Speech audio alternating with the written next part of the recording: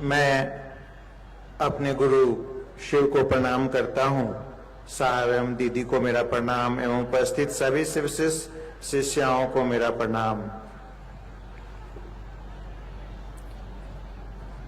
आज पटना से मैं आया हूं यहाँ मां की पावन वसुंधरा मनातू में शिव गुरु चर्चा के लिए।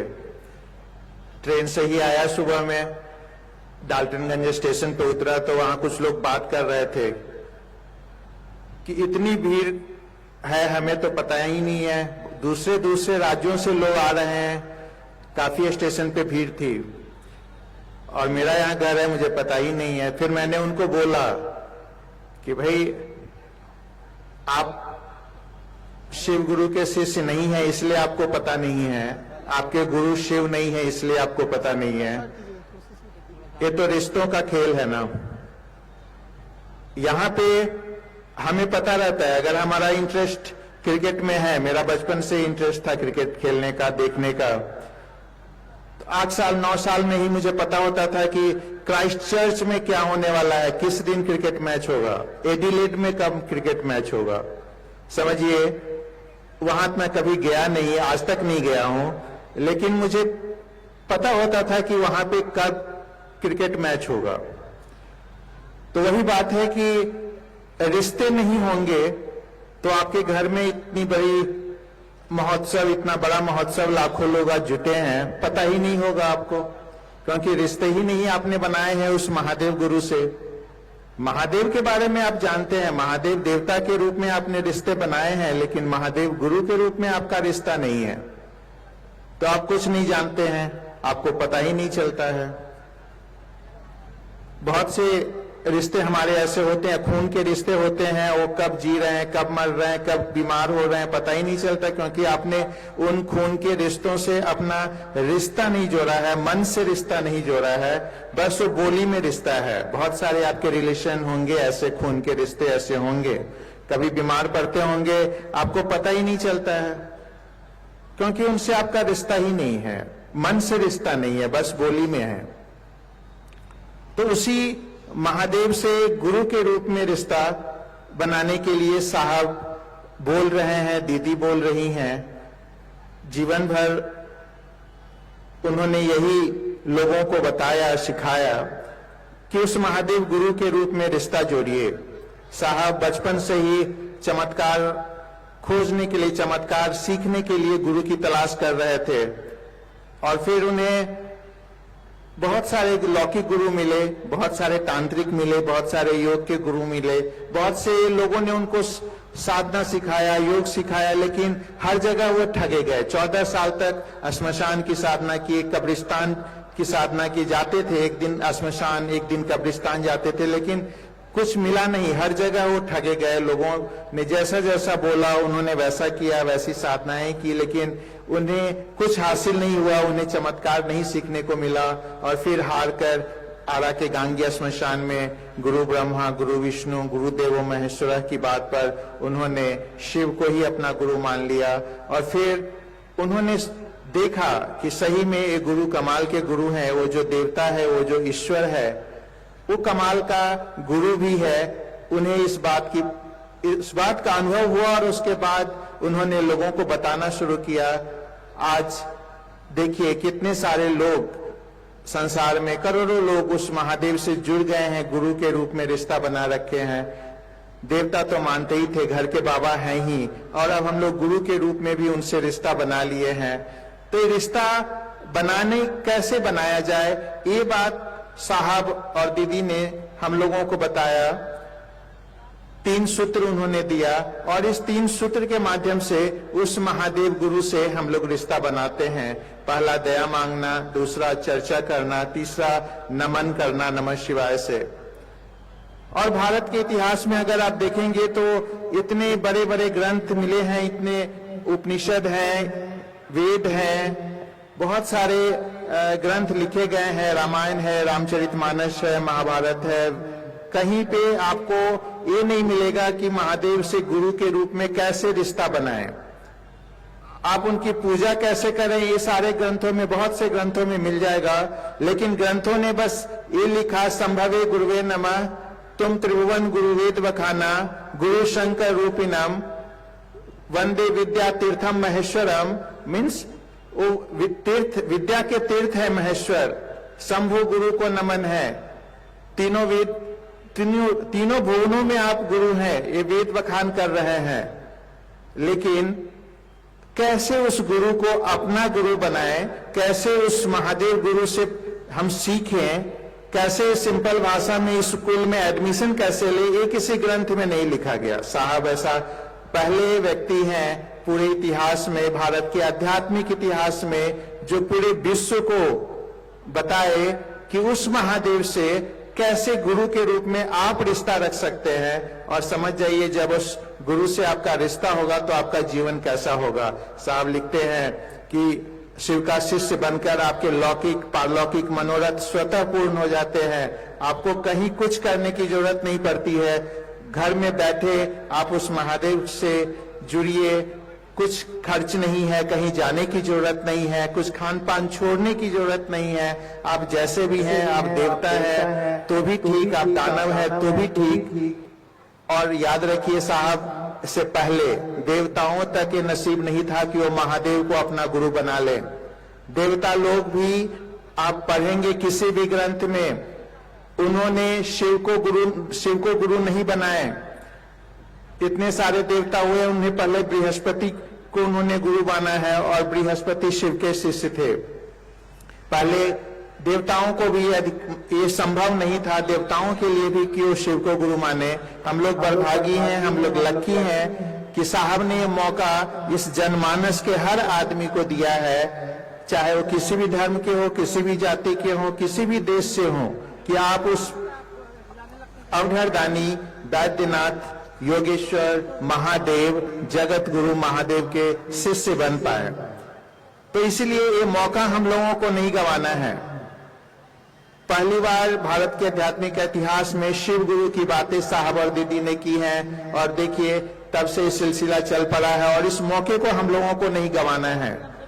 इतने सारे रिश्ते तो हम लोग रखते ही हैं अपने जीवन में, हजारों रिश्ते रखते हैं, जब से जन्म लिए हैं मरने तक। हर दिन कोई ना कोई नया आदमी मिल जाते हैं, बात कर लेते हैं। आजकल तो फेसबुक यूट्यूब का जमाना है, कहा जाता है कि सब्सक्राइब करें, बेल बटन को दबाइए और फॉलो करें।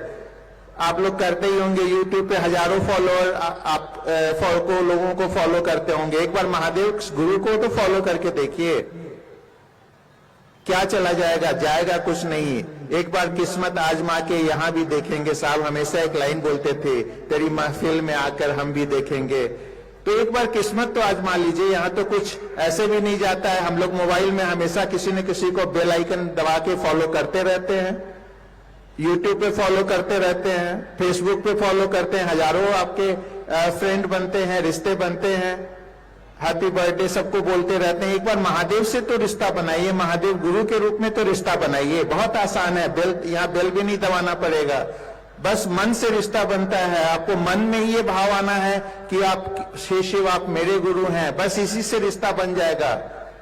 कहीं जाने की जरूरत नहीं पड़ेगी उस महादेव से। और देखिए कि वो कैसे ज्ञान देते हैं।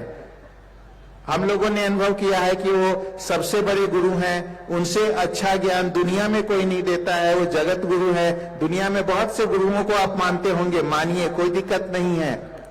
एक बार महादेव को गुरु मानकर देखिए, और फिर देखिए कि आपके जीवन में क्या बदलाव आता है।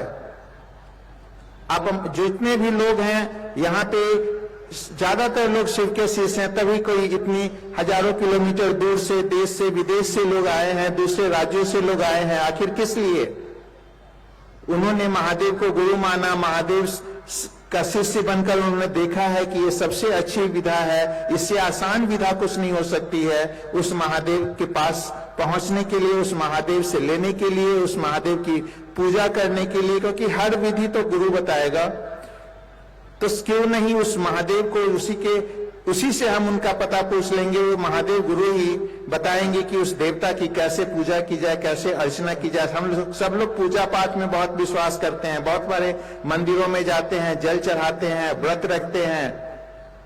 तो क्यों नहीं हम उसी परमात्मा से गुरु मानकर उनकी इस पूजा के बारे में या जो भी जानकारी चाहिए, चाहे आप लौकिक है, आप किसी भी कष्ट में फंसे हैं, किसी भी समस्या में फंसे हैं, किसी भी आपको पढ़ने में कहीं पे प्रॉब्लम आ रही, किसी भी प्रॉब्लम का सबका वो जवाब देते हैं, मन से जवाब देते हैं। आप फील करेंगे, आप देखेंगे कि कैसे वो आपको पढ़ाते हैं, कैसे वो आपको ज्ञान देते हैं, कैसे वो आपके जीवन को सुखमय करते हैं। एक बार मान के देखिए, कोई भी फल होता है उसको आपको जब तक टेस्ट नहीं करेंगे आपको पता नहीं चलेगा कि वो मीठा है या खट्टा है।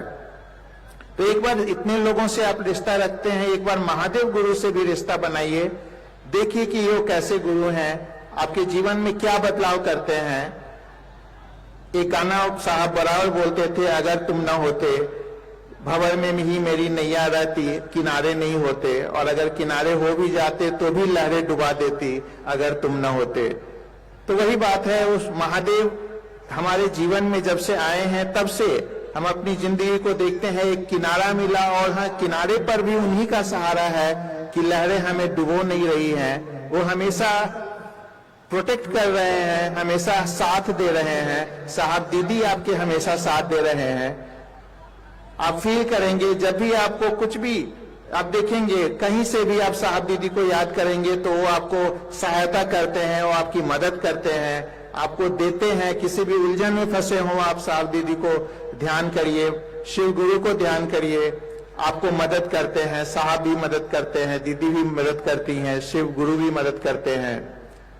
तो इसलिए हम लोग शिव से एक रिश्ता जोड़े, महादेव से गुरु और शिष्य के रूप में रिश्ता जोड़े और इसको निभाएं। ऐसा नहीं कि रिश्ता बस आज स्कूल में नाम लिखा है, दूसरे दिन स्कूल जाना बंद किए। अस्थाई होना चाहिए, क्योंकि शिव शिष्टा में साहब ने बोला है कि बस एक अस्थाई गुरु शिष्य भाव ही अनिवार्य है। अस्थाई जैसे हम लोगों का रिश्ता होता है माता पिता के प्रति, अपने बच्चों के प्रति, और रिश्ता जीवन भर निभाते हैं, वैसे ही उस महादेव से जुड़े रहें और उनसे रिश्ता अस्थाई रखें। ऐसा नहीं कि आज हम लोग चर्चा में आए कल भूल गए। हम लोगों को ये प्रत्येक दिन याद रखना है कि शिव मेरे गुरु हैं, मैं उनका शिष्य हूं, और उनसे दया मांगे। कि हम लोग मांग भी क्या सकते हैं। अभी एक घूम रहा था वीडियो, एक मुख्यमंत्री जी से किसी बच्चे ने मांगा कि मुझे चिप्स दे दो। समझिए वो मुख्यमंत्री हैं और बच्चे उससे क्या मांग रहे हैं, तो चिप्स मांग रहे हैं। तो हमें दया मांगिए, महादेव से दया मांगिए, क्योंकि वो सब कुछ दे सकते हैं, पूरी दुनिया उनके अंडर में है। हम लोग मांगते हैं क्या, तो घर मांगते हैं, दौलत मांगते हैं, जो चीज यहीं की है वहीं रह जाएगी। हम लोग ये नहीं मांगते हैं कि हम शिव हो जाए। साहब ने बोला बनो तो शिव, रहो तो शिव, जियो तो शिव।